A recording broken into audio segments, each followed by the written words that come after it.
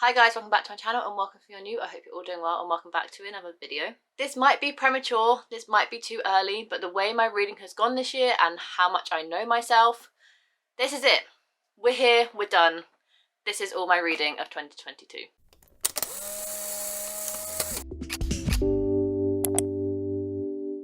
I'm here today to tell you every single book I read in 2022, and the way I said all the books I read sounds like I read a lot. I haven't. I read 44, and to be fair, 44 is quite a lot, and my year started off strong, and by March I hit a slump. I kind of came out of it for my Magical Hopathon round 2 in April, but then I slid right back into it for 4-ish months, from April through May, through June, through July, pretty much through all of August, and I only kind of got back into reading and creating content in September. So I have a massive chunk of the year where I just didn't read anything. I tried to, don't get me wrong, I picked up books, I just never finished them, or I DNF'd them, or you know how slumps go if you've been in a slump before. So yes, I've read some books here. It's not my best reading year, but you know what? 2022 just wasn't my best year. I've had a very rocky mental health year. I've had a very rocky just physical health year. A lot has been going on. I've travelled a little bit. I got really ill.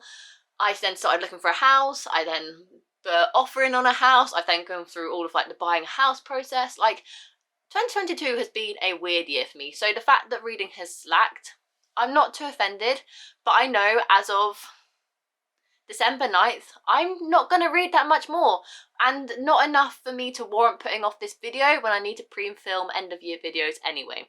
So today we're going to talk through the 44 books I have read. If I read more, then follow me on Instagram and keep up to date, but we're just going to keep it here for now because the chances I'm going to read another book before the year is out are very slim. The week of Christmas is the week I move out of my house, my family house, the house I grew up in, and I'm moving into a house I brought with my boyfriend. So that week, no reading's going to be done. It's Christmas at the end of that week, and at the beginning of the week, I'm moving and decorating and buying things and settling into my new home. And then, like a few days after Christmas, I'm flying to Walt Disney World. So am I realistically going to read any more books this year? Probably not. So here we are. Here are the 44 books I read in 2022. I'm going to give you just the names and the titles and my ratings because I'm not going to sit here and ramble for 45 minutes about books that, you know what guys, because of this year and how weird it's been, I do not remember half of them. I have given out about 4-5 stars, 4 of which are probably rereads. Like, this has not been my reading year. So I'm just going to give you the title, the author, whether it was a reread, and my rating. And then at the end, once I've given you all these book titles and authors, I'm going to give you my favourite book of the year because it is an easy standout win because I haven't read many gems at all this year, my worst book of the year, which I think is also fairly easy to pick, and my most disappointing book, which is also very, very easy to pick. So without further ado, let's do a roll call. The first book I read in 2022 was a reread, and that is Me, My Dad and the End of Rainbow by Benjamin Dean. I wanted to tab it up, so that I did, and I started the year off strong because I was rereading one of my favourite books from the year before, and I then met Benjamin Dean at Yalk in the summer, which was a great memory, core memory of mine, and he was like, I've never seen anyone like tab one of my books before, so it made my heart so full, and now it's signed, and I will cherish this book forever.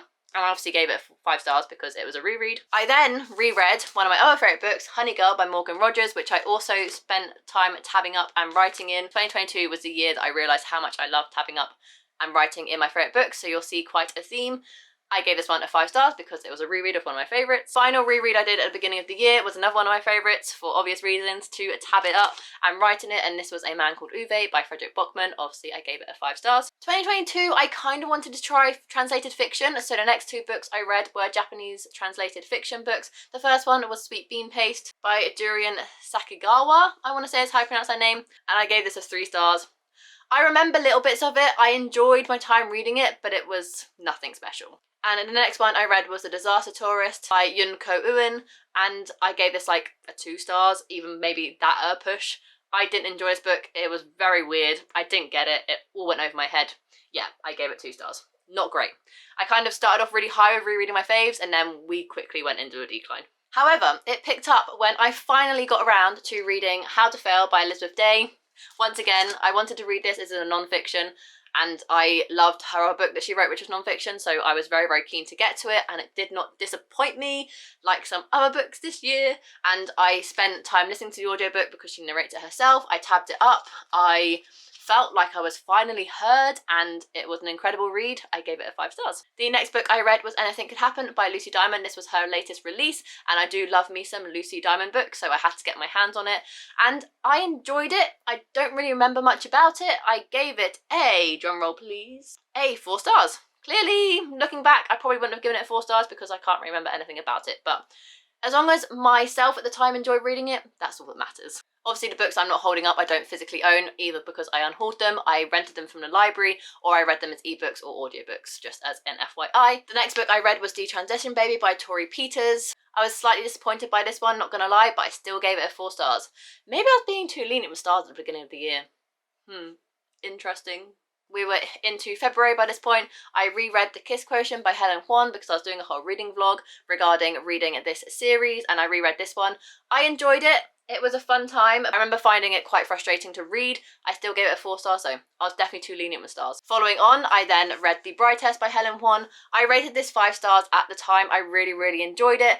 All of these books, the Kiss Quotient series books, follows autistic characters, and since reading this, I have watched Lily from Literary Lily talk about this book, and she actually says that the representation of autism in this book isn't that great, and it really grinds at her. So therefore, I'm kind of reflecting on this book, and maybe don't read it because from Own Voices, it's not very well represented, but then the author is Own Voices, so it's kind of like a hard battle. I did really enjoy it. I enjoyed the romance, but I can see from Lily's perspective why this book isn't so great looking back on it now, but just as a pre-warn, I did give it 5 stars. And then I read The Heart Principle. After loving The Bride Test, I was thoroughly disappointed with this book. I just really didn't like it. I think I gave it 3 stars. I found it the weakest book in the trilogy. No, I gave it 4 stars. I wouldn't give it 4 stars. I was definitely too lenient with stars. I feel like because my year wasn't going that well, I was kind of kidding myself in just rating books higher. I shouldn't have done that. Whilst I was reading those 3 books, I listened to an audiobook called Black Girls Must Be Magic by Jane Allen. I thoroughly enjoyed this book. This was a brilliant book, and I cannot wait for the 3rd book to come out. I think it might have already come out, but not in the UK yet. I also read the 2nd book, which you'll see further on in this video, and I gave this a 4.5 stars. I'll just put, because I did really, really enjoy this book. So unexpected, so beautiful, a true slice of life book which discusses conversation on police brutality, infertility, found family grief, and so much more. I just really, really enjoyed this book, and I do want to get a physical copy of it. I then went on to read The Wrong Suitcase by Laura Jane Williams, one of my favourite authors. Unfortunately, because this isn't a novella, I really discovered this year that novellas aren't for me. I don't like short form stories. I just can't connect to characters enough in 100 pages for me to warrant giving them a higher rating than 3 stars. So unfortunately for me, this book didn't do it for me, even though she is my favourite authors, and you'll see why I'm so disappointed further on in this video. I gave this book a 3 stars. I then read The Phenomenon of It Ends With Us by Colin Hoover, and I rated it 5 stars. Yeah, that happened. I then read The Tattoo of Auschwitz by Heather Morris. I enjoyed my time reading it. I'm not fussed on continuing on with the series or any other books that she's written. I gave it a 3 stars. I then read The Names They Gave Us by Emery Lord. I love Emery Lord's books. I love how pretty they all look together, stacked together. I have definitely gone away from YA this year, and I've predominantly read adult books, but I do read a few YA here and there, and I do enjoy Emery Lord. I remember back in the day on BookTube everyone raving about this book in particular. However, I have found that I preferred Emery Lord's other books. I gave this book a 3 stars. If you want to try Emery Lord and you love country music and road trips, I would go with Open Road Summer. That is my personal favourite of Emery Lord. I then read the sequel to Black Girls Must Die Exhausted, and I read Black Girls Must Be Magic by Jane Allen. Once again, rating it 4 stars. I just really, really enjoying the sequel. It's just like listening to, I don't know, a podcast about a real life, and yeah, I just really, really enjoyed it, and I cannot wait to get my hands on physical copies of all 3 of the books. I then read Cemetery Boys by Aidan Thomas, and I think this was the start of my downhill spiral. I agreed to read this with one on BookTube for their book club, and I didn't like it. I really struggled through it. I really didn't want to listen to the audiobook. It was the only way I could read the book because I didn't have a physical copy. I wasn't willing to spend money on a physical copy because I knew I wouldn't like it, and I kind of made this commitment. So I read it, I really didn't like it, and I do think that is the catalyst to how my reading then went from then on out. Gave it, I think, a 2 stars. Sorry, I'm looking down at my phone when I'm giving you the ratings. Yeah, 2 stars. I then, because I kind of felt slumpy, I went to an all-time favourite, and I reread the 3rd book in the Lindsay Kelk I Heart series, I Heart Paris, and I'm rereading this series because it's part of my forever collection. Thank you, Chloe, for that saying. I will forever use it now. And that just means books that you're going to keep forever, you want to tab and write in so they become part of your like forever collection. So I did that with this book and I enjoyed my time reading it. Just look how pretty all the tabs are. I gave this book a 4 stars. This is where I hit my massive slump and I didn't read anything for about a month, and then I treated myself to a book shopping trip on my lunch break one day. I got some books from a library, I brought some books, and one of the books I brought to get myself out of my slump was Yinka, Where Is Your Husband by Lizzie Zamolia Blackburn, and I enjoyed this book, but it was nothing special. I brought the hardback. I'm kind of annoyed that I did. I have now since unhauled that book. I gave it a 3 stars. And then we hit my magical hopathon where I actually read 7 books in the space of 2 weeks, so I thought, oh my god, yes, I have conquered my slump. But little did I know, I did not. I did not conquer my slump. However, the first book I did read from my magical hopathon was Yanni and Hishu's Guide to Fake Dating, and I gave this book a 4 stars. I really enjoyed it. Loved this book. Really enjoyed it. 4 stars. I then read You Will Be the Death of Me by Karen M. McManus, and I didn't enjoy this book. I gave it 2 stars. Luckily, I lent it from the library, so it's not in my possession anymore. Then I read The Secret Sunshine Project by Benjamin Dean, and once again, I absolutely adored this book. It's really tough for me to pick a favourite between Me, My Dad and the Rainbow and this book. I love this book, thinking back, like looking back on it and looking back on my time reading it. I had an amazing time, and I think I prefer the sister bond in this book than the bond between the 3 main characters of Me, My Dad and the Rainbow. But I think I enjoy the family dynamic of Me, My Dad and the Rainbow compared to the family dynamic of this book. So I love both of them equally. I think I gave this one a 4 stars though. Let me check. Yeah, a 4 stars. I then read the booktube phenomenon Ace of Spades by Friday Emiki Amede, and I gave this one a 3.5? A 4. The start was rather slow, didn't feel very intrigued, but the second half really picked up and I ended up really enjoying it. There we go. I didn't even thought I gave it 4 stars. Clearly I did, but I feel like it's a 4 stars that I enjoyed and it was the right book at the time, but looking back, I wouldn't really rate it that star. I feel like you guys know what I mean. I then reread I Heart Vegas by Lindsay Kelk and tabbed it all up and wrote in it. I had a great time being back in Angela's world. Angela Clark is the main character of this book, if you didn't know. I just love Lindsay Kelk's series. This is one of my favourite series of all time. So glad that I've managed to reread quite a few this year and tab them up and write in them. I then read People Like Her by Ellery Lord. This was a library loan. I enjoyed it, I believe. I think I gave it a 3 stars. Let me check. I didn't rate this book. That's right, I said in 2022 if I didn't feel like rating a book, I wasn't going to rate it. I didn't rate this book, which clearly shows, looking back, I just really didn't care for it. Then I got ill with COVID, so I spent a couple of days solely in bed, resting, recovering. So I listened to an audiobook, Dating Dr. Dill by Nisha Sharma. I don't know whether it's because I was ill, or I just never really connected to the story, or because it was an audiobook. I don't know, maybe it was a mix of all those factors. I don't know, but I didn't love this book. I didn't rate it, but I probably would have rated it like 2 stars. I then felt like I should just really switch up my reading taste, and I'm just going to finally read the book my auntie told me to read, Where the Crawdads Sing. I've actually finally given her back the copy. If you've been with me for a while, you'll know how long I held on to that copy of that book, but I've finally given it back to her because I finally read it and I really enjoyed it. And then I went to go see the film with my boyfriend and I really enjoyed that too. I think I gave it a 4 stars. I didn't rate it, but I would rate it a 4 stars. Now, me in the present day, I'm rating it 4 stars. And then I was like, I just feel like I need to pick up something quick, something I know I love, so I decided to reread The Black Flamingo by Dean Atta to tab up and write in it because it is one of my favourite books of all time. Obviously this is a 5 stars because it is a reread of one of my faves, and the way I tabbed it up, I did it from like light pink to dark pink to red. I love it. It's so pretty. I then read probably one of my most disappointing books of the year, One Night with You. I don't even know the title. That's how much it disappointed me, by Laura Jane Williams. I just can't get rid of it yet. But the start of this book was so strong. I absolutely loved the characters, the dynamic, the sexual tension. It was all brilliant. And then from 100 pages, it went downhill, and I think it's one of my most disappointing books of the year. Come on, Laura Jane Williams, you're one of my favourite authors. Like, why are you doing this to me? The last couple of books I've read of yours have just not hit the spot. Go back to like 2019 Laura Jane Williams, please. I gave this book a 3 stars. And then I read The Shelf by Helen Acton. This is a book on my ebooks account. I enjoyed it. It was fun, nothing special, got a bit repetitive. I gave it a 3 stars. Can you see how mediocre my year was? But the fact that most of my books was 3 to 4 stars and the only 5 stars I really rated were rereads. The topic of which, the next book I read was Olive, a reread, my 3rd reread, and this time I tabbed up and wrote in it. Of course, this was a 5 stars. Actually, I have a contender for most disappointing book of the year. Just a minute ago, I told you about The Back from Indo by Dean Atta being one of my favourite books of all time. It's part of my favourite collection. I wrote in it and tabbed it up this year so I could keep it forever because it's one of my favourite books. Gave it 5 stars, read it twice now, still brilliant. The next book I read, Only at the Weekends by Dean Atta, 2 stars. One of my lowest rated books of the year. Really didn't like this book. Way too big. I just didn't connect to the characters like I did in A Black Flamingo, and it was just a really disappointing book for me. Very sad. I then read You Made a Fool of Death with Your Beauty by Kweki Mmezi. I enjoyed this book to some extent. I don't really know why I enjoyed it though. It's kind of like an age gap romance contemporary thing.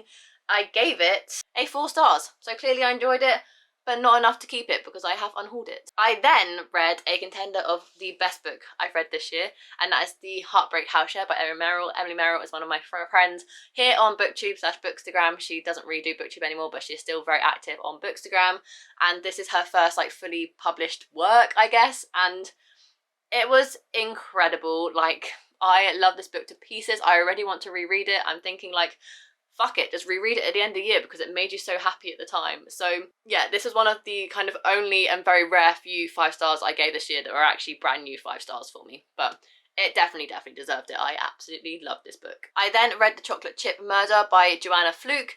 It was a fun time, a cozy mystery, but nothing special. I gave it a 3 stars. I then read Summer at Shell Cottage by Lucy Diamond. I love how floppy this copy is, and I gave it a 3 stars. I gave it a 3 stars. I then read Rise to the Sun by Leah Johnson, and I gave it a 3? A 3 stars, yeah. I then, on the other spectrum of that, read The House in the Cerulean Sea, a fantasy that I rated 5 stars. Yes, I know, I'm as shook as you, but it was so fun and so cute and so cozy and brilliant. I absolutely love this book. I then read The Inheritance Games by Jennifer Lynn Barnes. I wanted to know what the hype was about, and I think the hype was worth it. I really enjoyed it. I gave it a 4 stars. That's 8. 4 stars. I then read Watch Us Rise by Renee Watson, and I gave it 4 stars. Really enjoyed this book, and it was a YA, so just thoroughly enjoyed myself reading it. Nice, quick, easy, good time, made me feel good.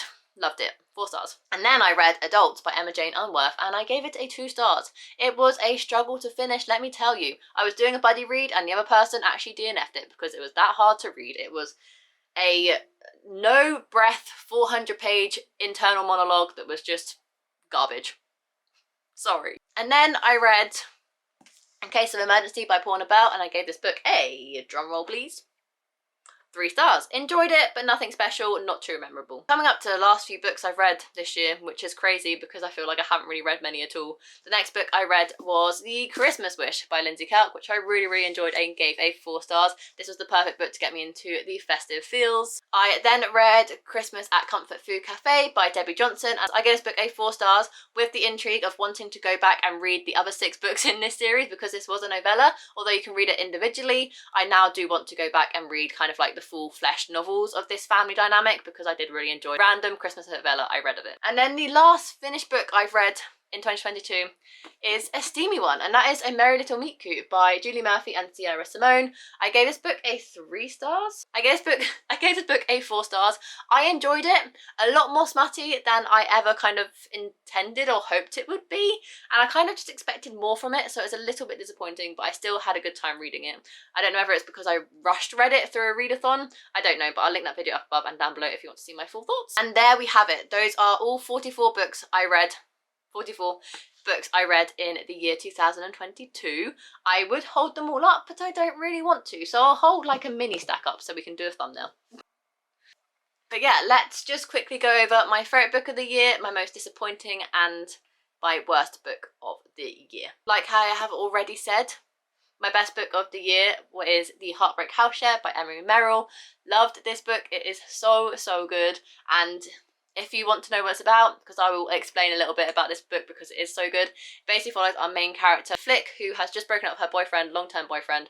She needs to move out of their joint house, I think. So she moves into a house share in London and she kind of restarts her life, but she doesn't really know where to start. So she creates a 20s list, a list of things that she kind of wished she'd done sooner, but now is her chance to do it. Now she is newly single and she just moved to a new city. So it's like things like dyeing my hair pink and going to a Taylor Swift nightclub and all these sorts of fun stuff, and she starts to do this list and she creates incredible friendships within this house share, and then she starts to fake date, and you guys know I love a good love me a good fake dating story, and it's just a really wholesome book about figuring your life out in your 20s. And if you're in your 20s right now, kind of struggling with life, definitely recommend this book. I'm gonna say my most disappointing book is One Night with You by Laura Jane Williams, because the first 100 pages, it felt like a 5 stars, and I was like, yes, I've missed this, Laura Jane Williams, I've missed this, and then it just went.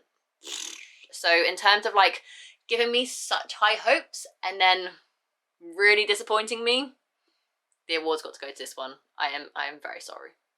And then the worst book I've read this year, let me do a scroll. Let me do a scroll. One's already come up. 2. Okay, I have 2. The first one is Cemetery Boys by Aidan Thomas. I'm sorry, but that book just wasn't for me. I just didn't love it. Yeah, no more said.